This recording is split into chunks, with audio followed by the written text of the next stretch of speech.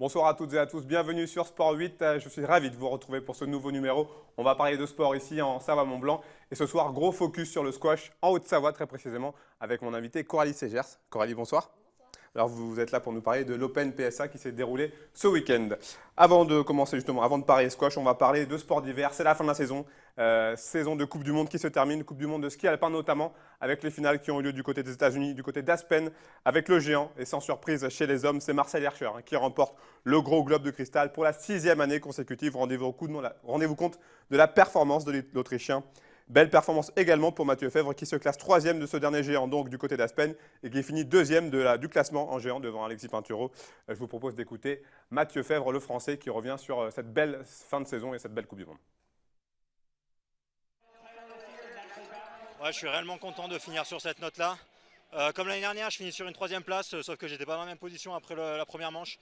Voilà, c'est vraiment satisfaisant de finir sur le podium. Maintenant, comme tout le monde le sait et comme chaque athlète le sait, voilà, l'aboutissement, on sait que c'est la première place.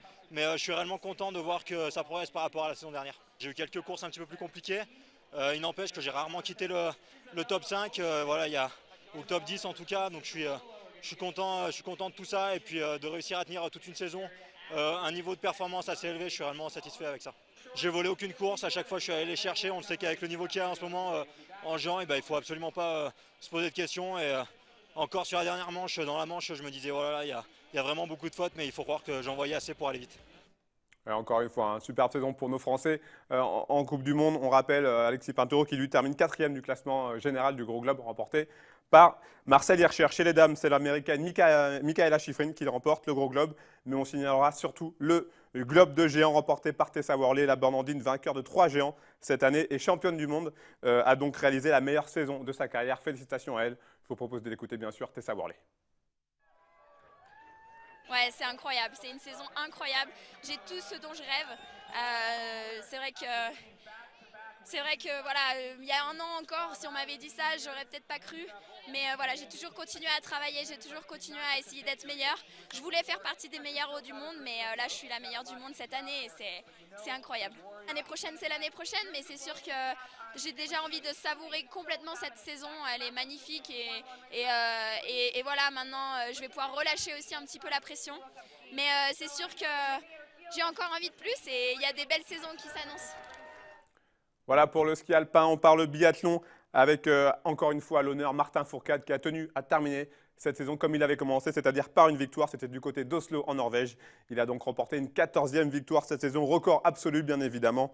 En plus du gros globe, Martin Fourcade s'adjuge les 4 petits globes en individuel, en poursuite, en mass start et en sprint. C'est donc une superbe performance pour Martin Fourcade qui marque encore un peu plus l'histoire. Chez les femmes, c'est l'Allemande Laura Dahlmeier qui domine le classement. Marie Domin, première française, termine 4e. En ski halfpipe, signalons 2 podiums pour les Français. Kevin Rolland termine 3e et Marie Martineau, elle aussi, se classe 2e de ces championnats du monde de ski halfpipe du côté de Sierra Nevada en Espagne. Voilà, c'est fini pour cette salve de résultats du côté des sports d'hiver. Je me retourne vers mon invité, Coralie Segers. Alors Coralie, ce week-end avait lieu le premier tournoi international de squash organisé en Haute-Savoie. Une épreuve qui compte pour le circuit international du PSA World Tour. On imagine que c'est une grosse fierté et on peut dire que c'est vraiment un vrai plus pour la discipline que de compter sur une compétition comme celle-ci. Ah bah oui, du coup ça permet de faire connaître un peu plus le squash en Haute-Savoie et d'avoir des gros matchs comme on a pu avoir ce week-end. Comment ça a pu être possible, comment ça a pu être réalisable de fait d'organiser une épreuve du PSA World Tour ici en Haute-Savoie? Déjà avec l'association de Seno Annecy Squash et puis du coup avec la participation de la mairie de Seno et la commune nouvelle d'Annecy aussi. Et puis tous les bénévoles qui sont de différents clubs et qui ont œuvré pour qu'ils puissent avoir ce tournoi. On imagine qu'en termes de logistique, c'est énormément de boulot. Oui, ça fait beaucoup de boulot sur le week-end. De l'avis de tous, alors j'étais au tournoi ce week-end, cette organisation a été une franche réussite. Pour vous, les bénévoles dont vous faites partie, c'est une immense fierté. Ah bah oui, c'est sûr, parce qu'en plus on a pu voir du beau squash, des beaux matchs, et c'est sûr que d'avoir pu organiser un tournoi de cette dimension-là, c'est une immense fierté. Oui, la première édition vient de se terminer. Est-ce qu'on peut imaginer dans l'avenir, on espère en tout cas que le tournoi va réussir à s'habituer au calendrier, à devenir une date incontournable du calendrier? Ah C'est bah le but, oui, c'est l'objectif. c'est l'objectif ouais, de faire perdurer chaque année et pourquoi pas augmenter la dotation en plus. Alors pour l'instant, on est à 5 000 $. Hein. Ouais, c'est ça, c'était Ce 5 qui 000 est déjà $. Ouais, c'est déjà une somme. bonne petite somme. On a vu un certain match de très haut niveau avec des joueurs représentant une quinzaine de nationalités différentes, avec la tête de série numéro 1, il me semble, au niveau de la 80e place. C'est ça. C'est gage de qualité. Ah bah oui, carrément, puisque du coup, bah, en plus, ça permet de voir le jeu de différents joueurs de différentes nationalités. Et on avait des joueurs, oui, qui étaient tous dans les 200 premiers mondiaux, donc ça permet de voir des beaux matchs. Allez, on va regarder un petit sujet justement sur cette compétition qui s'est donc déroulée ce week-end. Rien de tel qu'une finale 100% française pour clôturer cette première édition de l'Annecy PSA Open 2017. Baptiste Mazzotti, tête de série numéro 2, est opposé au jeune Benjamin Aubert, issu des qualifications. Baptiste Mazzotti, 104e joueur mondial, part logiquement favori face à un adversaire qu'il connaît parfaitement, les deux hommes s'entraînant très souvent ensemble. Le premier jeu est très disputé et le niveau affiché par les deux athlètes est au rendez-vous. Plus constant, Benjamin Aubert remporte les points essentiels pour finalement s'imposer 11-9. Dans le deuxième jeu, Baptiste Mazzotti commet beaucoup moins d'erreurs. Grâce à sa force de frappe, le Niortais se détache très rapidement pour recoller à un jeu partout 11-6. Comme souvent, le troisième jeu va s'avérer très important pour la suite. Les deux joueurs arrivent à élever leur niveau au même moment, ce qui offre au public de très beaux échanges. Et encore une fois, le plus jeune des deux joueurs prend le dessus sur son adversaire. Grâce notamment à une excellente défense, Benjamin Aubert gagne le troisième jeu sur le score de 11-9. Dos au mur, Baptiste Mazzotti réagit comme dans le deuxième jeu, avec quelques superbes points.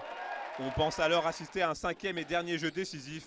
Mais du haut de ses 19 ans, Benjamin Aubert va faire preuve d'une étonnante maturité pour s'imposer 11-9 et donc 3 jeux à 1.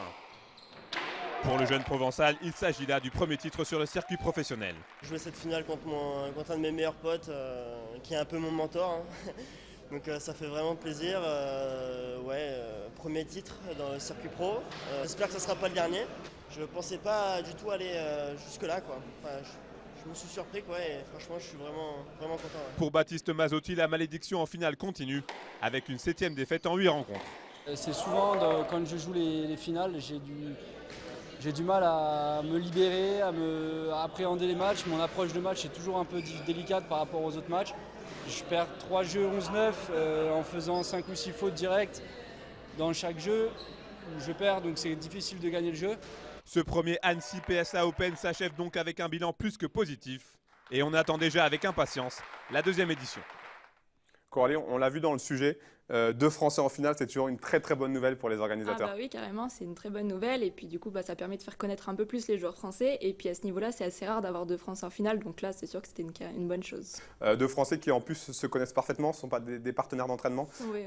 On a senti lors de la finale que pour Baptiste, ce n'était pas forcément une bonne chose d'affronter quelqu'un qu'il connaît très bien, un copain. Bah oui, c'est un copain et puis ils s'entraînent ensemble au Pôle France sur Aix, donc c'est sûr qu'ils se connaissent parfaitement tous les deux et c'est la part des choses qui est un peu compliquée à faire, je pense, à ce niveau-là. Épreuve essentiellement ouverte aux jeunes. Oui. La victoire de Benjamin Aubert, on rappelle 19 ans, c'est une superbe illustration, c'est la jeunesse qui triomphe. C'est ça, bah oui, avec son premier succès en PSA, du coup, les jeunes qui commencent à passer un petit cap et qui passent au-dessus, donc ça promet pour l'avenir.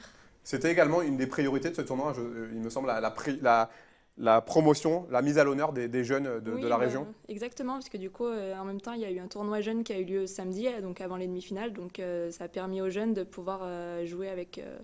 Il y a même des joueurs du PSA qui ont participé à l'école de squash vendredi, donc ça permet de faire évoluer et de promouvoir les jeunes. Un mot sur cette discipline, le squash, on l'a vu. Selon vous, vous qui pratiquez, vous qui faites un petit peu partie du milieu, pourquoi ça n'arrive pas à décoller en France, en termes de médiatisation notamment? Alors nous, on est là, on fait le boulot, Ouais, c'est ça. mais pourquoi? Alors que voilà, on a des Français chez les hommes. Hein, oui, il y a des Français avec Grégory Gauthier chez les hommes. Numéro 3 mondial, voilà, et Camille Serme qui fait des super résultats. C'est ça. Pourquoi ça ne prend pas? Qui est passé deuxième. Du coup, peut-être avec la participation aux Jeux Olympiques, peut-être que ça permettrait d'augmenter d'être plus présent et de pouvoir parler un peu plus du squash. Donc, en tout cas, on lance un appel bien évidemment. Le squash en Rhône-Alpes, c'est quelque chose qui prend? Ah oui, ça prend bien. Il y a beaucoup de licenciés avec la région Auvergne en plus. Là, du coup, il y a pas mal de tournois.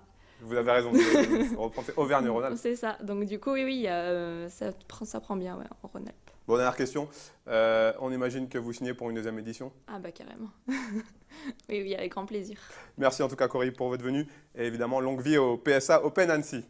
Voilà, c'est fini pour cette semaine. On va se quitter avec une très très bonne nouvelle du côté du slopestyle, donc les championnats du monde de Sierra Nevada, avec une médaille d'or pour Tesla 2, la nouvelle pépite du ski freestyle français qui est venue championne du monde de slopestyle donc à Sierra Nevada. On regarde son run victorieux en musique. Bon sport à tous. Passez une très très très bonne semaine. À bientôt.